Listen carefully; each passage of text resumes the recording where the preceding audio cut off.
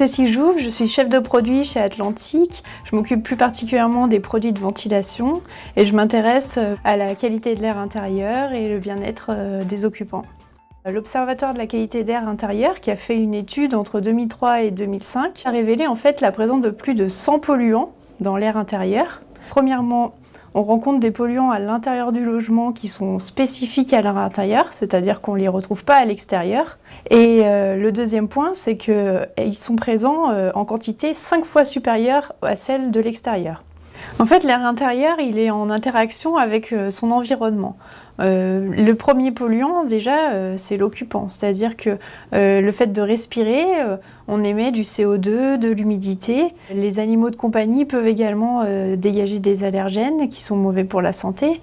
Ensuite, les principaux polluants, ça va être l'activité de l'homme, qui on ne s'en rend pas forcément compte, mais le fait de faire le ménage, ça émet des polluants.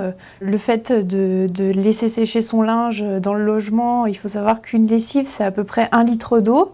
Donc cette eau va s'évaporer et se transformer en humidité dans le logement.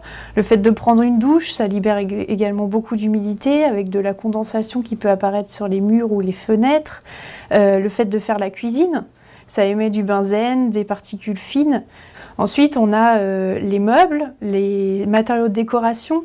C'est pas forcément le bois, mais c'est tous les additifs, c'est-à-dire les colles, les revêtements, les peintures, tous les produits en fait chimiques qu'on met pour améliorer le revêtement ou la couleur ou le brillant des meubles. Le plus connu, c'est le formaldéhyde, on en parle beaucoup, qui est à haute dose très mauvais pour la santé. Ensuite, il y a l'air extérieur qui peut rentrer dans le logement par les infiltrations, parce qu'il faut savoir que le bâtiment n'est pas étanche et l'air extérieur peut rentrer dans le logement. Il peut également rentrer lorsque vous ouvrez une fenêtre.